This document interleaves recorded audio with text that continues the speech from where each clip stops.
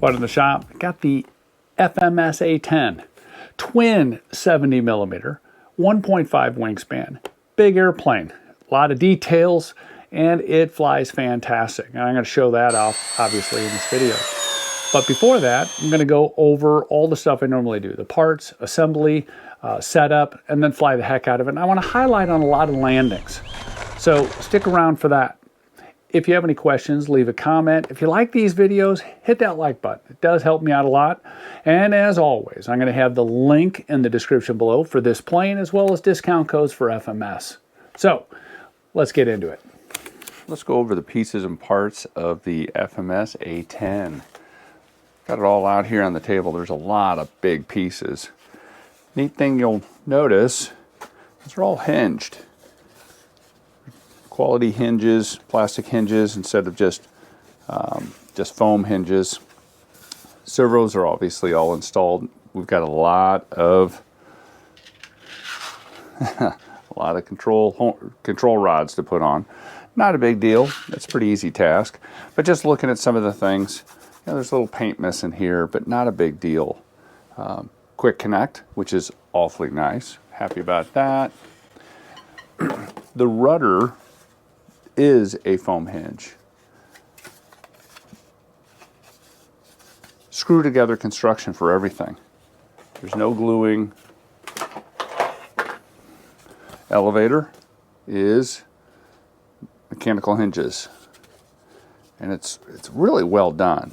As you can see, the profile of it, very, very nicely done. Not bad at all. Good job, FMS. Again, screw together. Everything's labeled well. Everything's ready to roll. Fuselage.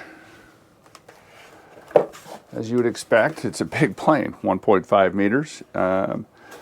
Big compartment for battery. I understand that there's, I got to look up and do a little reading about this on RC groups and such, but ideal CG, as most A-10s, I think the more aft CG, the better. It does have a EC5, which I need to swap that out for a XD60. I'm debating whether I'm going to reroute, pull this whole thing out and solder it, or just make an adapter for it, which I really don't like doing, but might be the option.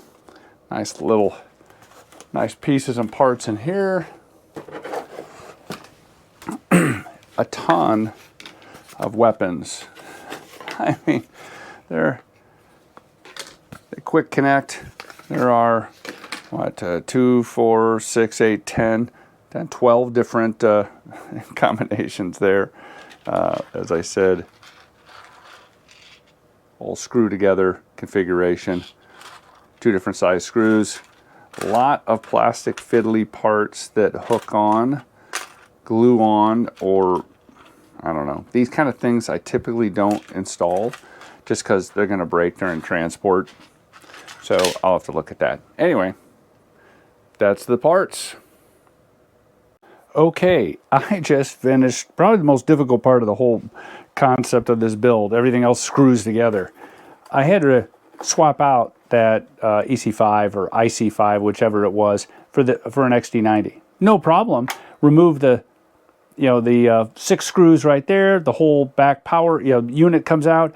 Speed controllers come out. Everything comes out. No problem. Swapped it. Now to put it back in was quite an arduous task. There's a lot of cables in there. There's a little board back there, a mixing board. I had to remove this so I could get the cables to run through the fuselage. They were all jammed up. There's a little small spot there to get the cables through. What I did, though, also was it does have reverse thrust, but they're not used and weren't accessible. So I hooked both of the reverse thrusts to a Y cable.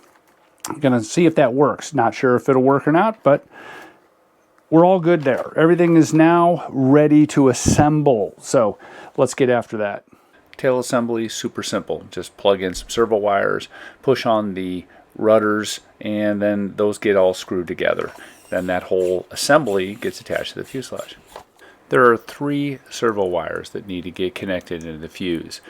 And then you got to tuck everything in and make it nice and tidy so when you screw that down, you're not basically pinching any of the wires that are not sticking out. Next step, get it all powered up with a receiver and have all of the servos neutralized, so then you can put the control rods on. The receiver is powered by a UBEC, so it's separate. It's not powered by the ESC. So that gets plugged into, let's say, the bind port to give power to your receiver. When you're going through that process of adding all the control rods and neutralizing everything, make sure the control surfaces work properly. Make sure the elevators are 100% equal to one another as far as on movement and where they're neutralized. I'm using a Spectrum receiver, 8-channel, with AS3X Plus on it, mounted upside down underneath the canopy latch. Mounted the two antennas, one going horizontal along the battery bay, and then the other one going vertical right there next to the latch. That little foam detail thing, I knew if I glued it on, it's going to get broken off during transport. So, use a couple rare earth magnets and some other pieces and parts I had to epoxy those magnets in place, and now it snaps together and removes with ease. Let's take a look at how I have this set up.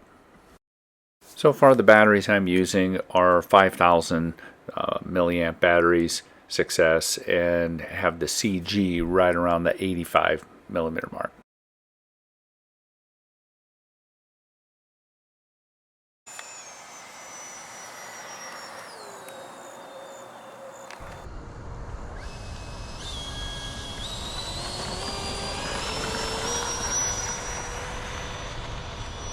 Gear up. Flaps up.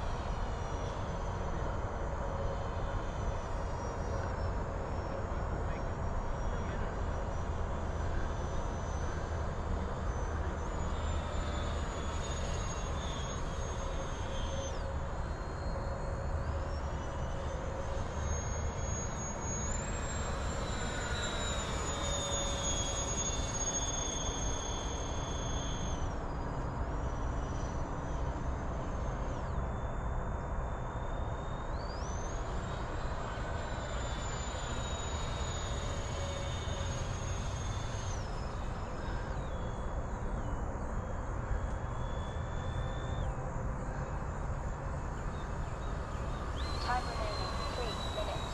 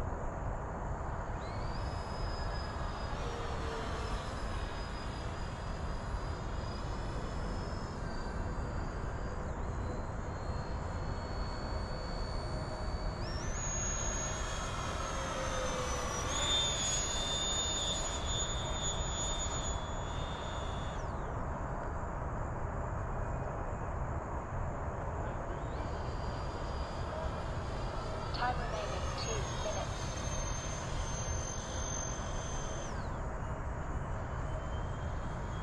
Gear down.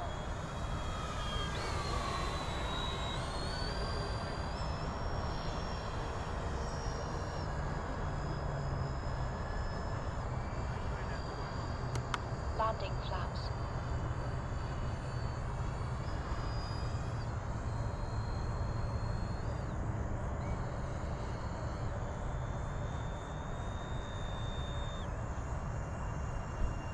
There is an inherent trait, I guess, in A-10s that if you're low to the ground, like taking off, and you give full throttle, sudden full throttle, it pushes that nose forward. And if you're 6 inches off the ground, it's going to smash that nose wheel into the ground. So you got to be careful a little bit when you're applying power when you're in that slower stall kind of mode.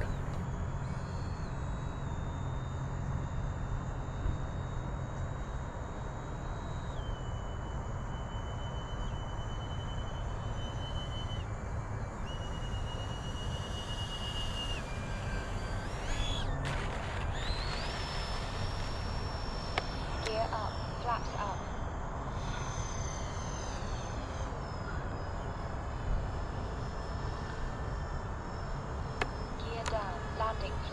30 seconds.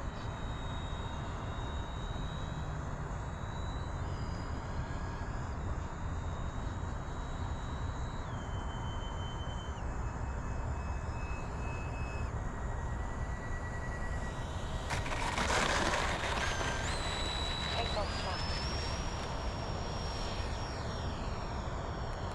Flight pack 22.0 volts. Landing flaps.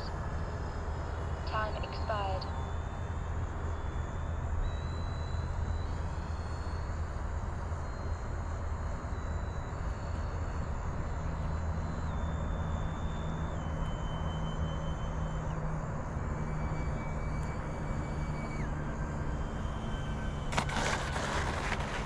Braking.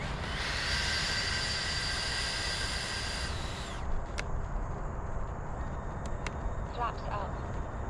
Welcome back. Let's talk about a couple things. First, let's talk about the parts and finish and assembly. And as you saw, and I've talked about it, the assembly went together like a snap. All the parts were excellent. The quality of the equipment, good.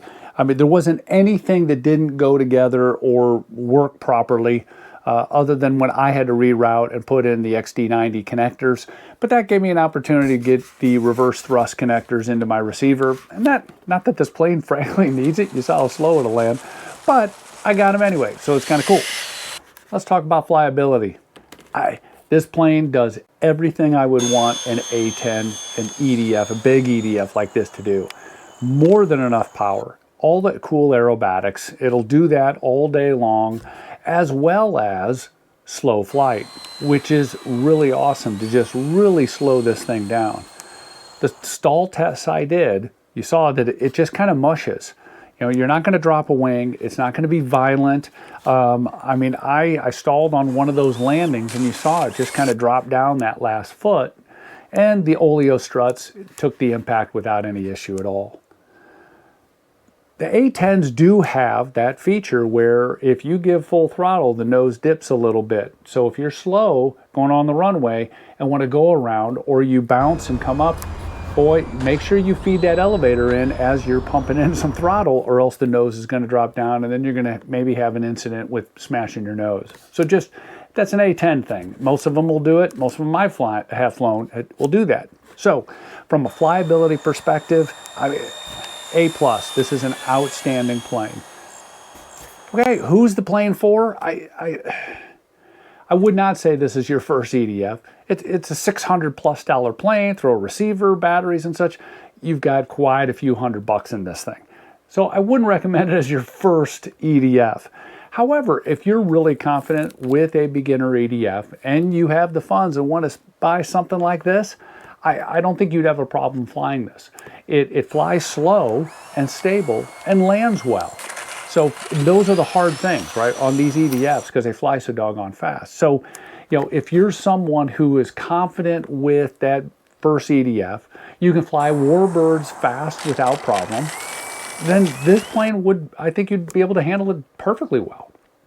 So that's my take on it. Hey, if you like these videos, hit the like button. Got a question, leave a comment.